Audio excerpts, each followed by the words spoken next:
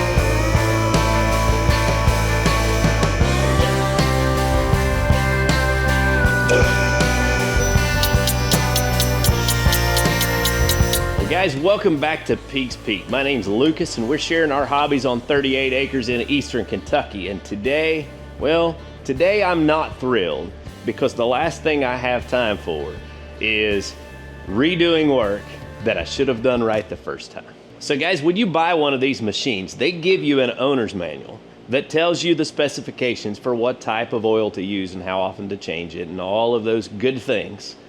And it's pretty easy to reference. And Kubota even has an app that goes on your phone. It's called the My Kubota app that has those manuals on your phone. So they give you the tools you need to succeed. But sometimes I take shortcuts. And one of the shortcuts I love to take is going straight to Google. But when it comes to maintaining your machines, the reason I'm making this video is to just remind you that you need to be careful. We were ready to service the Kubota Sidekick and I opened up my Kubota app, and for whatever reason my Sidekick wasn't loaded into the app. I don't know if maybe I didn't load it in there or what, but when I tried to pull the manual up through the My Kubota app, it wasn't in there. And I can't exactly remember where I put the manual for this. It's probably in my cabinet over there in the stack of manuals that I have. But instead of digging through that, I just opened up a browser on my phone, went to Google, and Google has this really cool AI feature that will search the internet and find your answers and give it to you.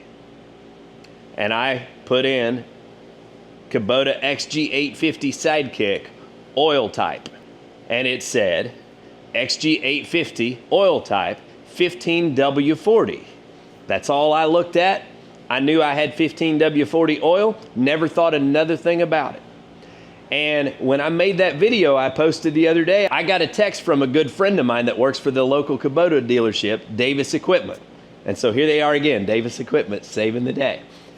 He spotted the split second in that video where I showed the 50, I don't even think it said the whole 15W40 on the container, but you could see the 15, and he knew I was putting 15W40 in this, and it's not the right oil.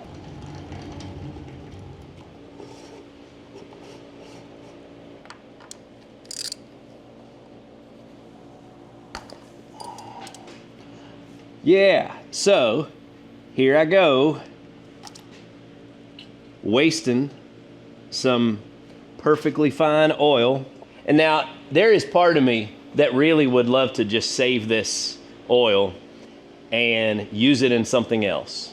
But the way, the bottom of this motor's got dirt on it, it's draining down through the skid plate. I don't want to take chances of getting dirt in it, and all. It's not worth the 30 bucks or whatever to reuse dirty oil. So I'm just going to waste it because I made the mistake. It is what it is. What Kubota recommends for the widest range of operating temperatures is 0W40 synthetic oil. That way it's really thin when it's cold so that it doesn't struggle to pump it through the engine when it's a cold start, which we're in the middle of winter. And that's why, if it was summertime, I might go ahead and run this oil for a while just because it's warm enough that it probably wouldn't hurt anything. But being that it's wintertime and we just came out of some single-digit temperatures, I don't want to take any chances of doing anything that's going to damage my machine. So it's been started a couple of times since we did this, and I just want to get this oil out and put the right oil in it. So after they texted me from Davis Equipment and said, hey man, I'd get that 1540 out of there, I actually called Cameron because he works at Advance, and he gets some pretty good deals on products, and he also delivers. So I asked him to pull me out some 0W40, and they had a deal on 5 quarts of the 0W40 and a free filter. So Cameron got his filter back for his Miata. So it all worked out pretty well. Maybe this is what I get for stealing his filter in the first place. So I probably put a title on this video, something like, Google tried to destroy my side-by-side, or something like that, you know, to get people's attention. And the information that AI returned to me was incorrect, but it was my own fault because I didn't read quite far enough. In the description of what they returned to me with the 15W40, it said recommended for all diesel and non-turbo diesel Kubota engines. Well, the XG850 is not a diesel. So right there I should have known, but I didn't read far enough. So this was my fault. I had a way to get the right information, and I didn't use it, and I didn't stop and think. So I'm not blaming anyone else, but what I am doing is cautioning those of you who are like me that try to take the quick and easy way out a lot of times, that, to quote my buddy Ed, I don't trust Google on things that matter. It is the internet. And AI, I don't know about this computer stuff. I'm not an old curmudgeon. I like technology and I like computers, but you just can't beat the personal touch of getting information from a professional that knows what they're talking about. And of course, for you guys that follow my homestead channel, you know that while I started out with my Kubota BX, I've also shifted to a TYM tractor, and so I'm not necessarily doing as much business with Davis Equipment. It most definitely is not because there's a problem. The guys at Davis Equipment are still as great as they ever were, and I've been thrilled to have done business with them and probably will do more business with them in the future. So I send out a big thank you to Ed and the guys over at Davis Equipment for looking out for me, and also not being bitter because I bought a different brand of tractor.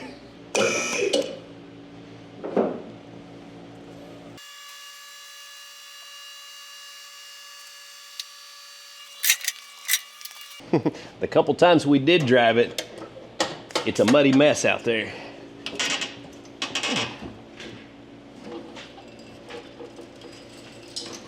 Now, we're not going to change the oil filter, of course, so we just need to fill her back up with oil.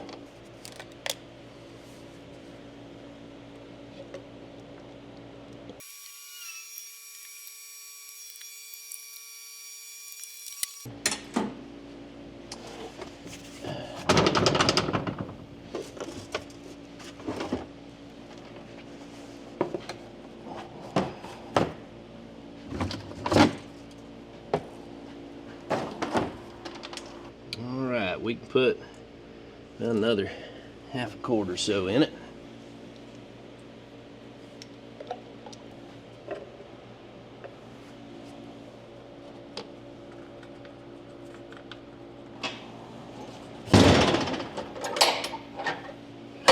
All right, well, I'm glad that's taken care of. I actually got another tip from my friends at the dealership, and they said that changing the spark plugs on these sidekicks, it seems like they've been needing it at a little over 100 hours, so I might want to get a set of those on order.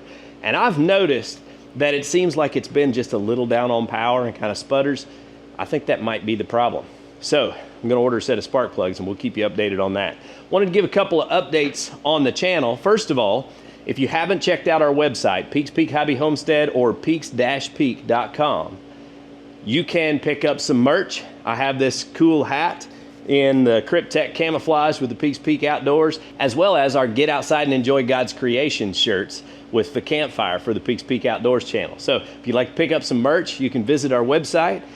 And guys, we've got some exciting stuff going to happen this summer. We have plans to get us a bass boat.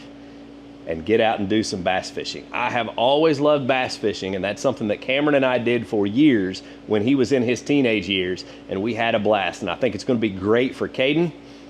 So we're going to try to get out and catch some trophy bass this year. We've been doing some trapping. Today we're going to get out and we're going to rebait the traps and kind of rework some of those. And we've been relatively successful. We've caught some possums, and so we're getting some predators cleared out so that we'll be ready to have some animals that you can see over on the Homestead channel later this year.